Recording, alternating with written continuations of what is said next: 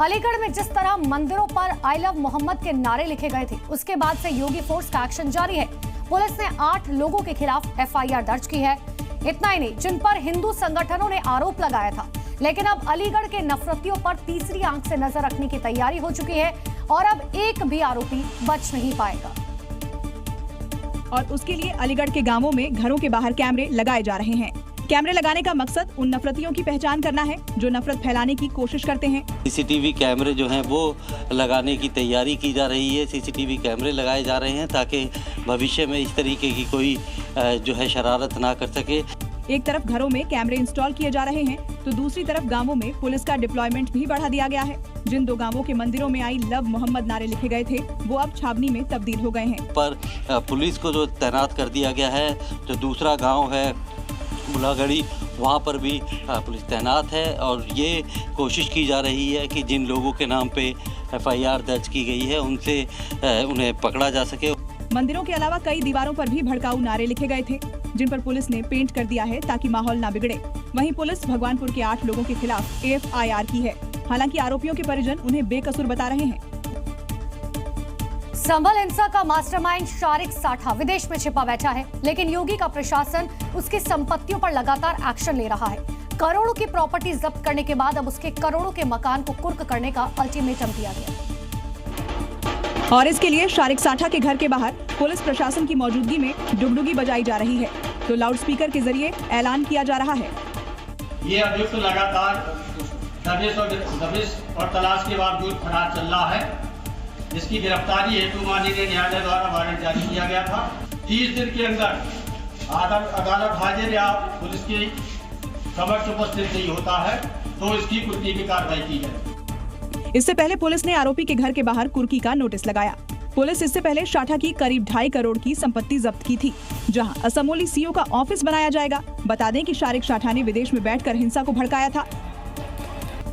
बिहार में वोट देने आने वाली बुर्का पहनी महिलाओं को अपनी पहचान दिखानी होगी। ये मुद्दा अब सियासत का केंद्र बना हुआ है, लेकिन इस सियासत को संगीत सोम के एक बयान ने और हवा दे दी है। बीजेपी के फायर ब्रांड नेता संगीत सोम ने कहा, बुर्के की आड़ में आतंकवाद फैलता है। और उनके इसी बयान के बाद हंगामा खड़ा हो गया है। दरअसल संगीत सोम ने मिशन शक्ति कार्यक्रम के जरिए महिलाओं के सम्मान के दौरान ये बातें कही। बुर्के की आड़ में जो देश में हो रहा है, आज उसी के तहत हम यहाँ बिना बुर्के हैं। बुर्के की आड़ में जितना फर्जीवाड़ा, जितना आतंकवाद हो सकता है, वो सब बुर्के की आड़ में होता है। संगीत सोम ने अखिलेश से लेकर तेजस्वी पर भी हमला बोला और कहा कि बुर्के की बात पर आंदोलन गैंग खड़ा हो जाता है। अगर बुर्के की बात करोगे तो अखिलेश यादव तुरंत निकल के बाहर आ जाते हैं, तेजस्वी यादव तुरंत निकल के बाहर आ जाते हैं और वो तुरंत ही इस पे आंदोलन छेड़ने की तैयारी कर देते। जिस तरह संगीत सोम ने बयान दिया, उसके बाद मौलाना शहाबुद्दीन रिजवी ने इसे सांप्रदायिक सोच करार दिया है। नारी शक्ति की बात करते हैं, दूसरी तरफ बुर्कापोश मुस्लिम महिलाओं की तौहीन करते हैं, बेइज्जती करते हैं। ये सिर्फ और सिर्फ सांप्रदायिकता सोच रखते हैं। वक्फ कानून पर भड़काऊ बयान देने वाले आरजेडी एमएलसी कारी सोहेब ने अपने बयान से अब किनारा कर लिया। दरअसल एक दिन पहले कारी सोहेब ने धमकी दी थी कि बिहार में आरजेडी की सरकार बनने के बाद वक्फ कानून को फाड़ के फेंक दिया जाएगा।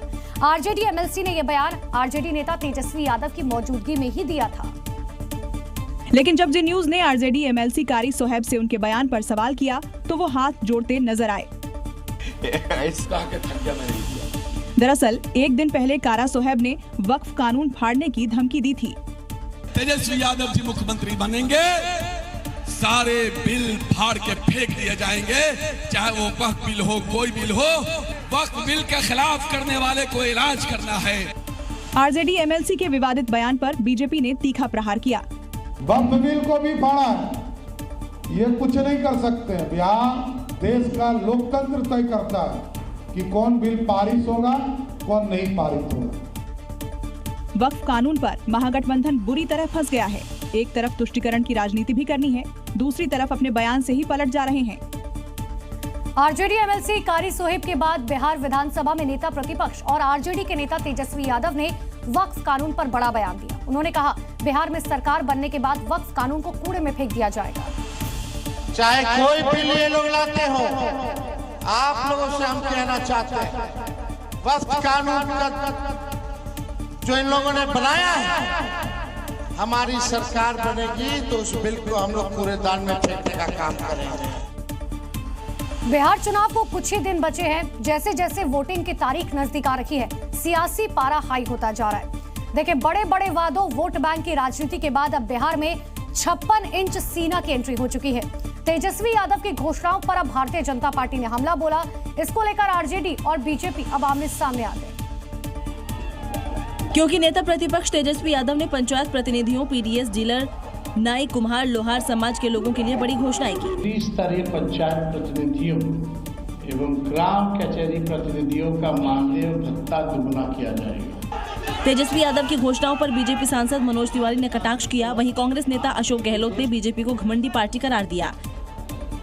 देखिए, उनके पास 56 इंच की जीभ है और एनडीए के पास 56 इंच का सीना है।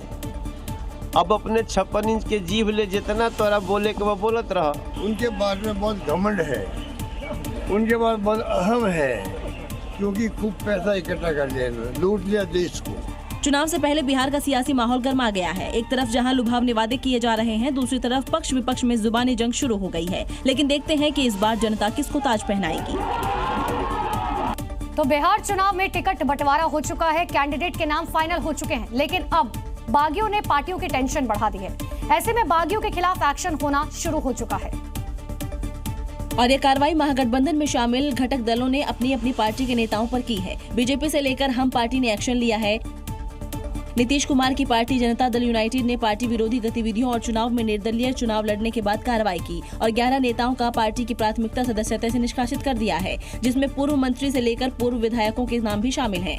इधर बीजेपी ने भी दल विरोधी कार्य करने पर कुछ नेताओं को पार्टी से बाहर का रास्ता दिखा दिया है, जिसे लेकर बिहार बीजेपी के अध्यक्ष दिलीप जायसवाल का कहना है कि नियम के मुताबिक कार्रवाई की गई है।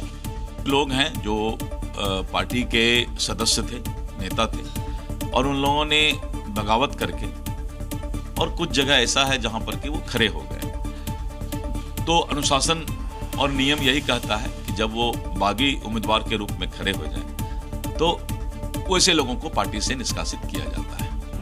इधर जीतन राम मांझी की पार्टी ने भी 11 नेताओं को 6 साल के लिए पार्टी से निष्कासित कर दिया है, जिसमें जिलाध्यक्ष से लेकर सचिव समेत कई महत्वपूर्ण जिम्मेदारियां संभाल रहे नेता शामिल हैं।